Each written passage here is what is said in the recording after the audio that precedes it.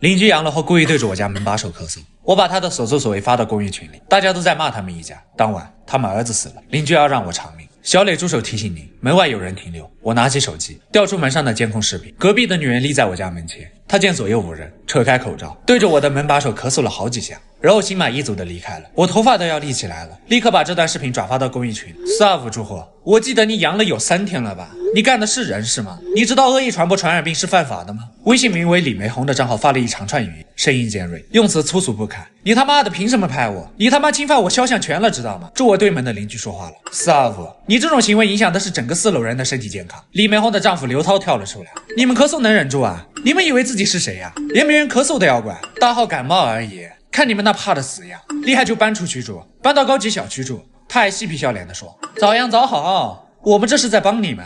这一家子都不是什么善茬，他们还有个小孩，白天在家里打篮球，往墙上钉钉子，深夜动不动就尖叫，还会用竹竿挑女邻居挂在阳台上的贴身衣。每次上门提醒，李梅红和刘涛都是同一副嘴脸。小孩子天性好动不是很正常吗？想炒住高档小区去啊，那里隔音好。哦，忘了你没钱，没钱你可以去卖呀。我们也报过警，但在警察面前，他们就会装出一副老实样。警察一走，他们就原形毕露，不仅变本加厉的制造噪音，还让他们小孩往周围人门口撒尿拉屎。平日里周围邻居都已经受尽他们的折磨，这次的事件完全点燃了他们的怒火。我对门414的中年男人，我看你们一家才应该滚出去。325毒瘤，一家子都恶心到极点了。刘涛怒不可遏，老子明天就挨家挨户吐痰去。我们家阳了，你们也都别想好过。随之而来的是隔壁小孩尖利的叫声，他一边叫一边拍篮球，好似恶魔。我正戴着耳塞睡觉，听到了隔壁又传来小孩尖利的哭声，然后是通透的爆声，男人和小孩的哭声混合在一起，很吵闹。有一瞬间，我恨不得拿把刀把他们一家都杀了。我的耳塞质量很好，消减了大部分噪音，能让我勉强睡着。他们夫妻俩也并不和谐，刘涛没什么本事，还很爱在外面沾花惹草，听说还传了病给李梅红。他们俩晚上吵架打架也是常事。第二天凌晨，我是被破门的巨大响声惊醒的，一看手机，才凌晨4点。隔壁又在搞什么鬼？我烦躁地翻了个身，继续睡觉了。等我睡醒，发现李梅红一家在社区群里发了许多条消息。凌晨3点，刘涛，妈的，是谁把我家门堵住了？李景红，424的，是不是你？快把门开开！我儿子一直在痉挛，医院救护车来不了，我们得赶紧去医院。刘涛，424，你再不开门，我他妈杀了你！他们延绵不绝地辱骂着我，发泄着情绪，全然忘记冷静下来，想想别的开门的办法，好想把我骂死。他们家门就能打开一。凌晨3点半，李梅红开始哭着哀求了：“你们谁来帮帮我们？我孩子要不行了。”有一个没有备注房间号的人冷冷地说：“你们家明前有病毒，我们不敢去。325打119啊！”两个傻逼。刘涛：“424，别他妈装睡了。”李梅红：“快开门啊！119 15分钟后才能到，我儿子要不行了。”消防队来了，破门成功，带着小孩去医院了。刘涛在群里艾特我：“424，你这个贱人，我儿子要是有个3长2短，我一定让你偿命。”现在已经7点45分，我一脸懵，关我什么事啊？我回复道：“我没锁你家的门，我昨晚一直在睡觉，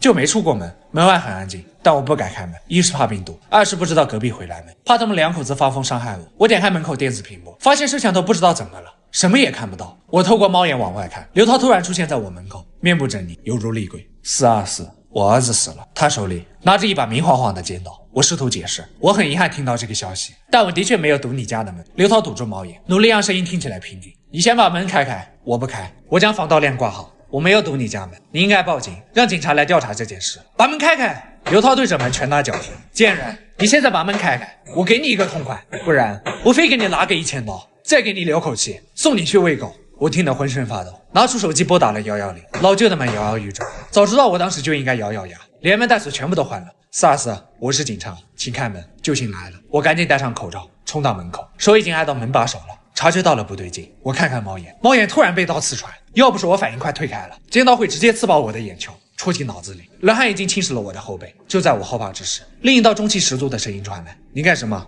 他已经被我们控制住了，你可以开门了。一本警察证从门底塞了进来，男警官名叫杨子清，25岁，很是英气。我小心翼翼地打开门，看到门外2个戴着口罩和面罩的警，差点哭出来。警察同志，他要杀了我！刘涛被另一个警官双手紧按在地上，闻言奋力挣扎。警察，是他先害死了我儿子，我们俩七嘴八舌。杨警官试图控制住局，你们俩一个一个说。王女士，你先说。我把手机拿了出来，一边给杨警官看聊天记录，一边跟他讲事情的来龙去脉。我昨晚一直在睡觉，直到早上我才看到群消息，但我真的没有堵他家的门。刘涛梗着脖子吼：“你放屁！你就是因为我老婆冲着你家门咳嗽，记恨我们，所以才半夜反锁了我家的门。”杨警官带着一次性手套的手滑动我的手机屏幕，对昨晚楼里的风筝有了大概的了解。待刘涛说完，他蹲下身看了看425的门，门确实被反锁了。听刘涛说，钥匙都打不开，是消防员把门撞开了。杨警官看到了我的电子门锁，你的门锁有摄像头吗？有，但它好像坏了，一片漆黑。我转过头，发现摄像头上贴着一截黑纸，刚想撕下来，被杨警官拦住了，不能破坏现场。我讪讪地收回了手。走廊里的监控也早就坏了。刘涛又开始挣扎了，目眦欲裂，恨不得跳起来把我撕了。警察，这张纸肯定就是他贴的，他就是杀人凶手。杨警官皱眉，把他铐上。刘涛觉得自己受到了莫大的不公正，他才是杀人凶手，你们应该铐他啊！放开我，我知道了，你们跟他是一伙的，你们两个都被他收买了。杨警官无视刘涛的发电，义正言辞，你们两个都给我回警局。刘涛被铐在副驾驶座位上，我和杨警官坐在后座。我的手机震了一下，失足社区群里有人发消息了。杨警官道：打开。所以425，你们孩子怎么样了？414回答道：似乎是没了。早上警察都来了，把425那个男的和424都带走。有3个人发了震惊的表情包。我昨晚睡得太死了，什么也没听到。哎呀，节哀顺变吧。烈红声音凄厉，你们都是害死我儿的凶手，你们昨晚但凡有一个人能帮帮我们，我孩子都不会死，你们都是杀人凶手。414，你男人打你和你儿子也不是1次2次了，你每次都在群里喊救命。最开始我们去帮你了，你第2天怎么说的？是我们多管闲事，这谁还敢帮你？李美华还在控诉凶手，反正你们都是凶手。没有人反驳，也没有人再表达同情了。这一家子人都不可理喻。警局里，警察盘问了我一上午，到现场搜查的警官也没找到我的可疑之处。杨警官嘱咐我不得离开本市后，就让我回去了。刘涛因为拿刀威胁我，侮辱警察，被关了起来。幸好，不然我都不敢回出租屋了。但我也得趁刘涛出来之前赶紧搬走。我躲着李梅红回到了出租屋，正吃着午饭呢，群里又吵了起来。115，大家都不要开门。425那女的正在挨家挨户吐口水啊，有病吧？真没有素质。425，你现在知道为什么昨晚没人帮你家了吗？你再这样做，我们就报警了。李梅红，你们都是凶手，还是那个没有被捕的人？呵呵，你男人不是说只是大号感冒吗？真是刀子不落在自己身上，不觉得疼。谁都不是凶手，你们儿子就是被你们害死的。这人还配了一个捂嘴笑的表情。李梅红在群里破口大骂，其他人也看不下去了。兄弟，你这话就有点过了，要尊重死者。哼，一群生母，进群都要改备注的，你为什么不改？那人干脆利落的改了个备注，526的你父亲，这个人有点可疑。杨警官没收了刘涛的手机，应该也能看见群消息。李美红，526，我今晚就让你去陪我儿子。526，我可不下地狱。我皱皱眉，这人嘴也太毒了吧。第2天，公寓群又炸了，有人发了一张血淋淋的照片，526的房门大开，男人倒在血泊之中，已经死去多时。第2天，有人在群里发了一张血淋淋的照片，526的房门大开，男人倒在血泊之中，已经死去多时。我手速很快，将图片保存了下来。下一秒，图片便被群管理员撤回了，别发了，小心群被封了。到底怎么回事啊？我记得513是个女生，她情绪已经崩溃了。我早上上班，一打开门就看到她死了，我该怎么办啊？我不会被当成杀人凶手吧？先报警。呜，已经报过了。他家没锁门吗？门大开着，不会。真的是425的人干的吧？这种事情没有人敢妄下结论。见没人回复，205默默把消息撤回了。刘涛还在警局里，难道是李梅红干的？我的侦探魂熊熊燃烧，真想冲上去看看，可我怕病毒。有人感叹道：哎，这楼里越来越不太平了，我已经想搬走了。我心道，俺已经刷了一晚上租房软件了。警察来了，我观察着现场照片，照片是目击者从自己房间门口拍的，死者面朝房间内侧，面部朝下，应该是被人从背后偷袭。图片有点模糊，看不清伤口到底在哪儿，肯定不在背上，难道是脖子？我脑子里浮现2个词：熟人作案，一击毙命。所以凶手应该不是李梅红，2个人跟仇人一样。526的男的不会和和气气的请他进屋，更不会把后背交给他。没过多久，听到有人敲门，王女士，我是杨子欣，估计是来问我话的。他们站在门外，我们可以进去问你几个问题吗？在争取他们同意后，我给他们消毒并让他们进来。杨警官打开了黑色皮的笔记本，开始询问我，你认识住在526的人吗？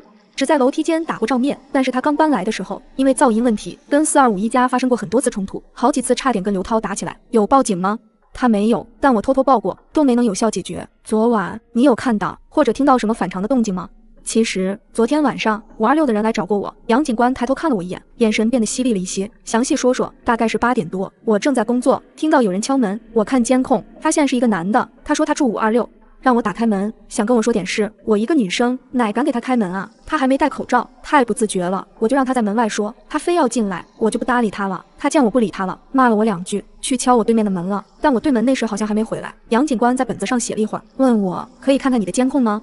我忙不迭点头，可以可以。监控画面和我说的大差不差，并没有什么有价值的东西。我看着杨警官眉头紧皱，猜到这案子很棘手了。杨警官告别之后去问下一家了，我收拾收拾就出门去找房子。回来的时候，杨警官已经问到309了。我还是第一次见到309开门，住在里面的也是个年轻人，对杨警官的问话很是配合。杨警官回头看我，吓了一跳，天爷，你口罩上都是血啊！我这才注意到自己流鼻血了，你怎么了？309转头进屋给我拿了一包手帕纸和新的口罩，可能是天气太干了。我接过纸和口罩，谢谢你。这个309人还挺好的嘛。我找了几天的房子，不可思议的是，不管是哪里，一大半住户都阳了，但我一定要做好防护，坚决不阳。回家的路上，一个男的迎面走来，他不仅没戴口罩，还一边走一边自以为潇洒的抽着烟。我刻意躲着他，贴着墙根走，不知何时，男人竟然走到我身边，朝我吐了一口烟气。他看着我，冲我得意的笑着，N95都挡不住他滂臭的口气。我真想给他一耳光，但想想我那麻杆粗细的胳膊，只敢瞪他一眼，然后撒腿跑了。我隐约觉得嗓子有点不舒服，上楼梯的时候头越来越沉。我不会发烧了吧？是下午那个男人。天哪，我严防死守这么多天，就因为那个男人，功亏一篑了。畜生啊！我昏昏沉沉回到出租屋，正在开门，发现我门锁上的摄像头被砸碎了。我打开手机，想在群里质问是谁砸我的摄像头，看到4、5个杨警官的未接电话，群里还有个视频，刘涛先是踹了好几下我的门，然后拿锤子砸了我的摄像头，让你装这个，你不装这个就不会出这么多事，都是因为你。杨警官从楼梯口过来了，你怎么不接电话？头太疼了，没注意。杨警官，你别靠近我了，我好像发烧了，你没碰上刘涛吧？他下午放出来了，给你打电话你不接，我就赶紧过来找你了。杨警官还是朝我这边走了过来，面罩下的双眉紧皱，有血腥味儿，很浓重的血腥味儿，让他隔着口罩和面罩都闻到了。425的门被撞坏之后，一直没有修理。杨警官打开虚掩的门，血腥味儿扑面而来，屋子里很黑暗，只能借着对面楼宇透进来的光，看清墙边的床上躺着一个人。杨警官打开灯，刘涛仰面躺在床上，血液喷射了一大片墙壁。我捂着嘴问杨警官，致命伤是颈部大动脉对不对？和杀526的凶手是同一个人对不对？那人如同幽灵，悄无声息地来，收割完生命后，悄无声息地离开。我脚底生寒，他到底是谁？又为什么杀人？我看着杨警官给警局打电话的时候，盯着地上的酒瓶碎片若有所思。闻言瞥我一眼，又瞎打听。你回你房间去。我瘪嘴，听话的回去了。警察连夜调查，门外面一直有说话声，但我不仅不觉得嘈杂，还觉得无比安心，直接睡着了。我一觉睡到第2天中午，外面已经安静了。我烧得更厉害了，量了量体温，38.5摄氏度。我再一次在心里诅咒那个恶心的男人，水壶里却只有凉水，我连烧热水的力气都没有。算了，就这药凑合着喝吧。还是杨警官勘察现场，知道隔壁的我发烧，就顺带烧了一些吃的和水果给我。也不知道他们有没有找到什么有价值的线索。发烧的第3天晚上，李梅红回来了，她站在我门口，一会儿边砸门边破口大骂，一会儿又嚎啕大哭，用头撞门。这家人作恶多端，但如今落到家破人亡的地步，也实在令人唏嘘。可是既不是我锁了他家的门，也不是我让他们在那个夜晚变得孤立无援，更不是我杀了刘涛，他不过是满腔的怨恨和愤怒无处发泄，又觉得我好欺负罢了。我打了110，李梅红喜提派出所一夜游。次日我来姨妈了，杨家痛经，我难受的想死的心都有。我拖着快要散架的身体下楼，走到1楼平台那里时，遇到了李梅红。李梅红看到我，原本空洞无神的眼睛迸射出仇恨的光，还从胳膊上挎的布兜里掏出把水果刀。贱人，终于让我带到你了，我要让你给我儿子男人偿命。我转身往楼上跑，也就跑了10几个台阶，我就不行了，喉咙和肺像破风箱，呼啦啦的响。紧挨着楼梯的309打开了门，我来不及思考，冲了进去，关上房门。李梅红在外面砸门，309正要出门，看到我闯进来，有些惊讶。我背靠着门，不停咳嗽，他后退几步，警惕地看着我，你阳了。我终于缓过来了，缩在角落。我是424的，对不起，我没有办法，有人追杀我，我跑不动了，才进到你房间的。我拿出随身携带的消毒水，喷洒了一圈，真的对不起。309看我的眼神突然无比阴冷，让我觉得他比屋外的李梅红还要危险。他的一只手背到了身后，你阳了，为什么还进别人家？你是要把病毒传染给我吗？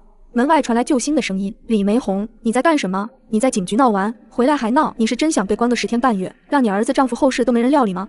杨警官敲敲门，里面的开门，我打开门，顺便把被我摸过的门把手消了消毒。李梅红，你还待在这里干什么？等我把你抓进警局吗？李梅红不甘心地瞪了我一眼，灰溜溜地走了。309看到杨警官，脸色好看了些，是杨警官啊。他的手从背后拿了出来，什么也没拿。杨警官与他寒暄几句，带着我走了。我与杨警官上楼，309关上房门，微微别扭地走下了楼。我瞧着有些奇怪，想回头再确认一下，被杨警官制止了。他压低了声音提醒我别回头。上到4楼，杨警官对讲机响了，杨哥，目标已到楼下，大田跟上，通知技术组快点过来。我震惊地睁大双眼，我看着杨警官的背影，突然热血澎湃了起来，真相似乎浮出水面了。我踏上一列通往过去的死亡列车，究竟该如何从这场诡异游戏中逃生？学校假期到了，准备回家的我登上火车，没想到屁股才刚刚坐热，就看到昨天收到的那条短信弹了出来。这什么东西啊？这是没法删除的垃圾短信吗？怎么又自动弹出来了？用手肘碰了碰与我一同顺路归家的室友，喂，刘东，你也收到短信了吗？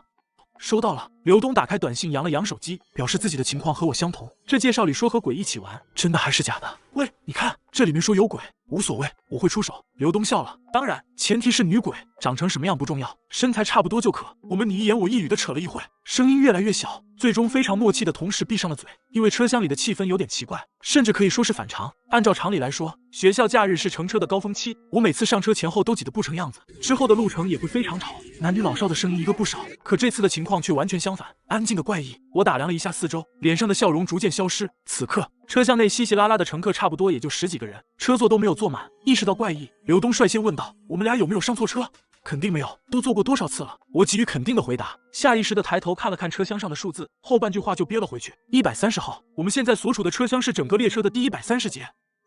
我是不是出现幻觉了？刘东自然也看到了那个车厢号，满脸写着不可置信。我瞧了瞧车窗，外面漆黑如墨，什么东西都看不见，这就更奇怪了。我们该不会是中了头奖，进入了某个超自然事件吧？而就在这时，啪啪啪，一个男人从座上起立，站在最醒目的过道上拍了拍手，瞬间，包括我们在内，车里所有乘客的注意力都被他吸引了过去，估摸着也快到站了。作为130号车厢硕果仅存的老玩家，在这里给各位粉嫩的新人一点建议。那男人斜靠在座椅上，挠了挠头，声音懒散的开口道：“自我介绍什么的就先免了。我这个人讨厌和死人说话，所以你们只需听讲就好。首先，欢迎各位乘坐这辆通往地狱的快车，开始无尽的诡异游戏。你们到底是怎么来到这的？根本无所谓，重要的只有一点，在规定的乘车时间内，列车是绝对安全的，所以注意时间，千万别上不去车或者不下车，这很重要。其次，再过差不多5分钟左右的时间，列车就会停止，你们必须全部下车和鬼进行互动。游戏的具体内容我不知道，你们手机应该在昨天已经收到短信了，自己去看，记住是一字不落的看，否则后果自负。最后，我特别强调一下，别带有侥幸心理，比如认为这是一场整蛊节目或者噩梦什么的，这里真的会死人，而且很惨。言毕，这人回到座位，丝毫没有给其他人反应的机会，直接向后一躺就开始闭目养神。车内又陷入一片寂静，我和刘东对视了一眼，虽是都没有说话，但彼此的脸上都写满了懵逼，根本搞不清楚状况。刘东的表情有些复杂，这是哪个拍短视频的段子手？新型社交牛逼症？应该不是。我打开了手机的定位功能，个人的力量应该没法做到在悄无声息间将整个环境都换掉，更别说我们现在的行程连地图都显示不出来，这已经上升到另一个层面了。听到这，刘东也拿出手机开了下定位，发现根本没法在地图里找到自己的位置，而且屏幕上的日期似乎也不对劲，倒退了10年，显示为2012，算是认清了现在的状况。他握着电话的手开始有些发抖，我们只是上个车就碰到这种事，也太离谱了吧。作为新时代的年轻人，我看过不少类似的小说和影视类作品，接受能力不弱，至于要不要相信那个人的话，还是信比较好，毕竟2个大活人凭空出现在了130号车厢里，和见了鬼根本没什么分别。请注意，车辆即将停止，请前往游乐园方向的乘客下车，带好随身物品，祝您旅途愉快。就在我和刘东愣神期间，列车果真停了下来，前后的车门同时大开，我们对视了一眼，谁都没有说话，也没有挪动地方，还是坐在原位。又看了看车厢内其他乘客的反应，也都是彼此观察对方，没有一个站起来下车的。直到一个戴着黑框眼镜的年轻人率先起立，按兵不动的僵局才被打破。而见到那人第一个下车了之后，也没什么事发生。我深吸一口气，从座位上站起，却被刘东一把给拉住了。你干什么？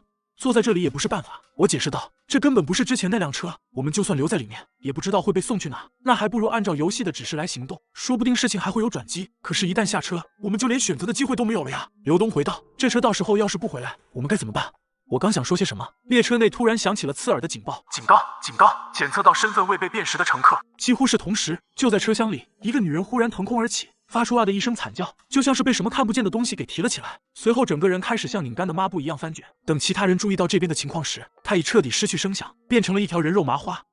见到这种骇人的场景，车厢内其他的乘客发出惊叫，每个人都在本能的驱使下从座位离开，疯狂的冲下列车。最后，列车内只剩下最开始讲话的那个男人，他从兜里拿出一张手帕，擦了擦刚刚溅到脸上的人血，依旧闭着双眼，好似入定一般。列车外，我们和其他乘客全都惊魂未定的站在原地，眼看着车门全部关闭，又再次飞驰起来，慢慢消失。这里真的会死人。想起车内那个女人的死状，我的胸口开始起伏，呼吸变得急促，双眼也有些发直。刚才完全是刘东在拽着我跑，因为我从来没见过这种死法的人，一时间开始怀疑是不是自己看错了，而后才是惊奇和恐惧等知觉席卷全身，大脑和身体已经完全陷入麻木的状态。就在我还沉浸在那人的死亡当中时，刘东拍了拍我的肩膀，喂，你看前面，这不是那个。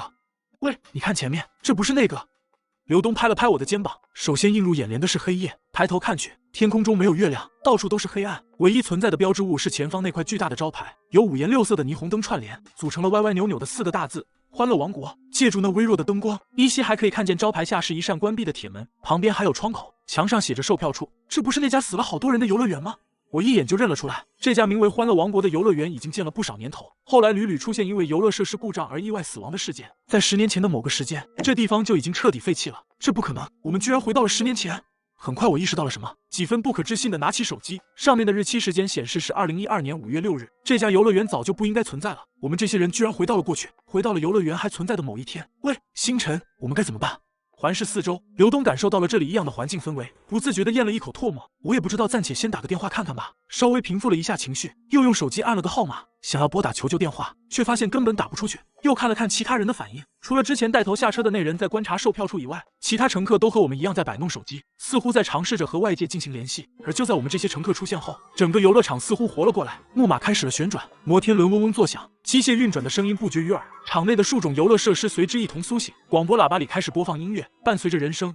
欢乐王国带来无与伦比的开心与快乐，欢迎您！还不等我们有所反应，眼前一花，已是出现在了室内。这是一片非常宽敞的空间，和室内网球场差不多大。前方是拉着红色幕布的舞台，两边的墙壁下方摆满了布娃娃，而脚下踩着暗红色的地板，上面画了4只青蛙的涂鸦，分别留在1、2、3、4片不同的区域，数字部分用了不同的颜色标注，十分显眼。你们好呀，人类！突然，一个孩童的阴森森的声音从后面传来，嘿嘿，一起来玩吧！循声看过去，却是吓了一跳。声音的来源是一个身材瘦弱的女孩，是真正意义上的骨瘦如柴，皮包骨头，身上穿着脏兮兮的连衣裙，她的双眼是2粒纽扣，代替了眼珠的存在。鬼啊！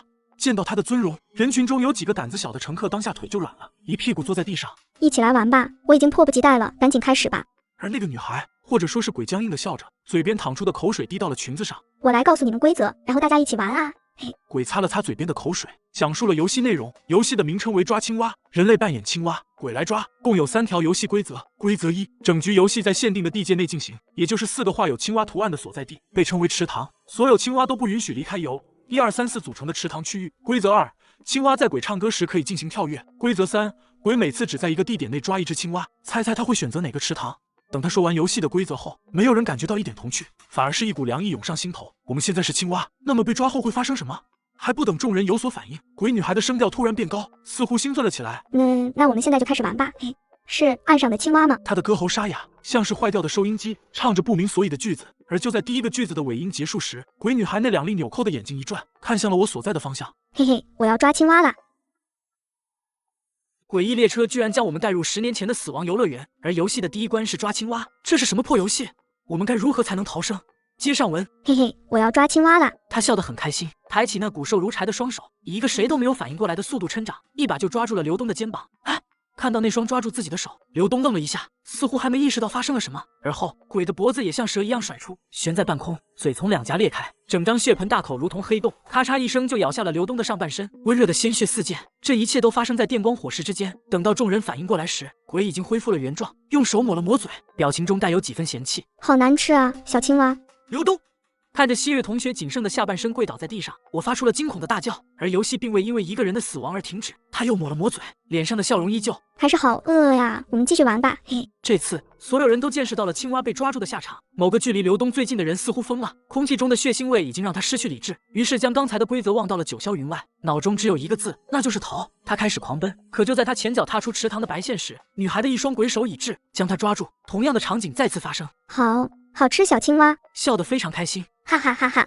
我们继续玩吧。1到2、3、4、5、6、7、8。等他唱完第2个句子，又是一双鬼手出动，抓向了数字1的池塘，吃掉了第3个人。没人敢逃，只要存有一丝理智的人都不会再离开池塘。他是站在我边的那个人，溅了我一身的血，这似乎让我清醒了一些。下意识地环顾起四周，我们这个池塘只有3个人了。如果我再在这里待下去，鬼再次选择在这片地区抓人，下一个很大概率死的就是自己。吱吱呀呀！当他唱出下个句子时，我跳进了旁边的池塘，也就是画着数字3的区域。而鬼这次依旧选择了在池塘1。一个倒霉的中年妇女被抓住，咬剩下半截。哎呀呀，老婆！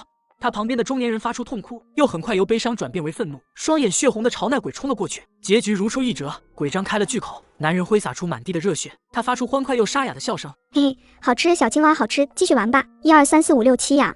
而后鬼的第4个句子唱出，他那双纽扣眼睛转向池塘一，可那里已经没有了活人的存在。但出乎所有人意料的是，明明这片池塘已经空了，可那鬼依旧将头像蛇一样抻长了好几米，甩到区域内，四处转了半天。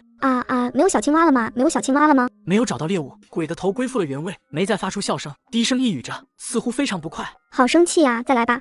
你听到我的哭泣吗？很快，鬼唱出了第5个句子。这次他的头颅一转，似乎把目标定位了池塘3，也就是我现在所在的区域。这里的人很多，和池塘2一样，聚集了一半数目的幸存者。看到鬼朝这边看了过来，所有区域内的人都瞪大眼睛，屏住了呼吸，因为马上就会有人被杀。没等太久，一个坐在地上脸色惨白的男人被瞬间夺去了上半身，其他人都暂时的松了一口气。我放松了一些，可悬着的心依旧没有放下来，因为鬼根本没有说过这场游戏什么时候结束。这样等下去，所有人被吃掉只是早晚的事，大家不过在排队去死。有没有什么解法？快想想！情况危机到了极点，我胸口急速的起伏着，大脑却意外的一片清明。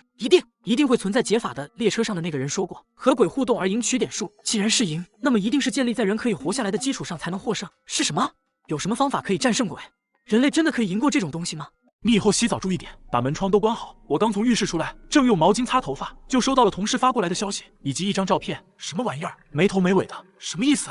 对方很快就回复了，只有一句话：你们那层楼有变态。我更疑惑了，这才点开那张图片仔细看了一遍，放大了2倍之后，才分辨出图片里那是个人扒在我宿舍的浴室窗户上，果真有变态。这谁拍的？什么时候？2条消息发出去，石沉大海。我没了耐心，索性一个电话拨过去，同事很快接起来，但却压着嗓子说话：喂，我宿舍有人，没看见你的消息，我开门见山，你那照片哪来的？那个呀，别人发给我的，就刚才我认出是你那屋，想着提醒你一声，你没事吧？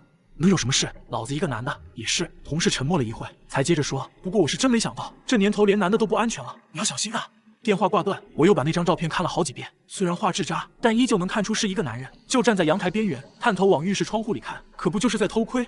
南方到了晚上，天气依旧闷热，所以我洗完澡只穿了条短裤，但现在却觉得一阵恶寒。这都什么事？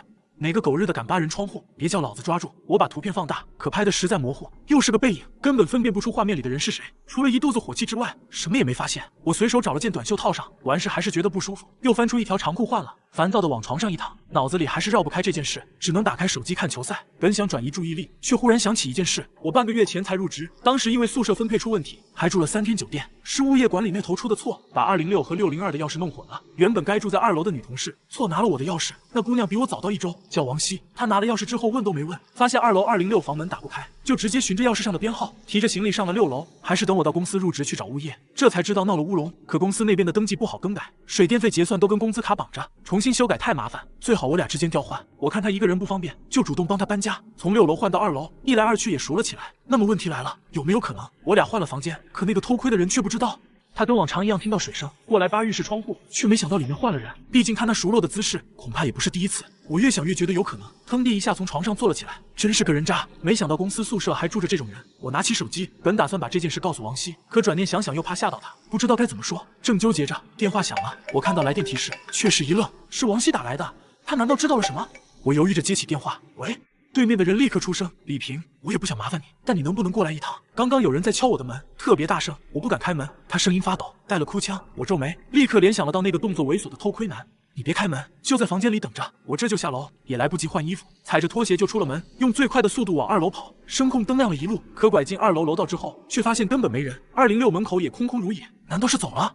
我怕敲门声吓到王希，索性打电话叫他开门。喂，他压着嗓子跟我说话，小心翼翼。我放缓语气，安抚道：我在你门外了，没有人，你别担心，估计是谁走错了。可我话还没说完，低头却发现地上有东西，像是一张纸，被顺着门缝塞进屋里头，只有边角露在外面。我预感不好，没继续说下去。你先开门。好，我过来了。电话挂断之后，206的门从里面被推开，王希穿着睡衣，头发胡乱披着，眼眶发红，模样有些狼狈。看样他是睡着之后被吵醒的，估计吓得不轻。他没敢走出门，畏缩的往楼道两边看，发现确实没人之后，这才松了口气。哑着嗓子，谢谢啊，麻烦你了。我摇头，表示不客气，蹲下身把地上的东西捡了起来，是一张被折起来的白纸。他看到之后也一愣，这是什么？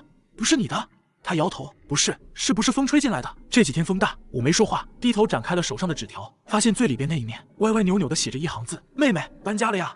我面上一沉，这还真不是风吹的。王希浩旗纸上写了什么？要接过去看。我赶紧把纸条揉成一团，避开他的动作。他半夜被人敲门，已经吓得够呛，要是再看到纸条上的内容，恐怕更难接受。没什么，小广告。他狐疑的打量我，明显不信宿舍楼道里会有小广告。你是不是在骗我？我不擅长撒谎，索性转移话题。不管怎么说，你这房间不太安全，今晚要不先跟其他女同事挤挤。他盯着我半天才说话。李平，你别瞒着我，知道是怎么回事，我心里才有底，才能有所防范，否则更容易胡思乱想。我一时语塞，但他说的对，作为当事人，他有权知道情况。我叹了口气，把纸条递到他手里，还有我洗完澡之后收到的那张照片，也找出来给他看。我也不是故意瞒着你，主要是怕你被吓到。浴室、爬窗、威胁信，这些线索足以勾勒出一个躲在暗处偷窥的猥琐形象。他翻完聊天记录，把手机还给我，哑着嗓子说：“能不能麻烦你把这些内容转发给我一份？”可以是可以，不过你要怎么做？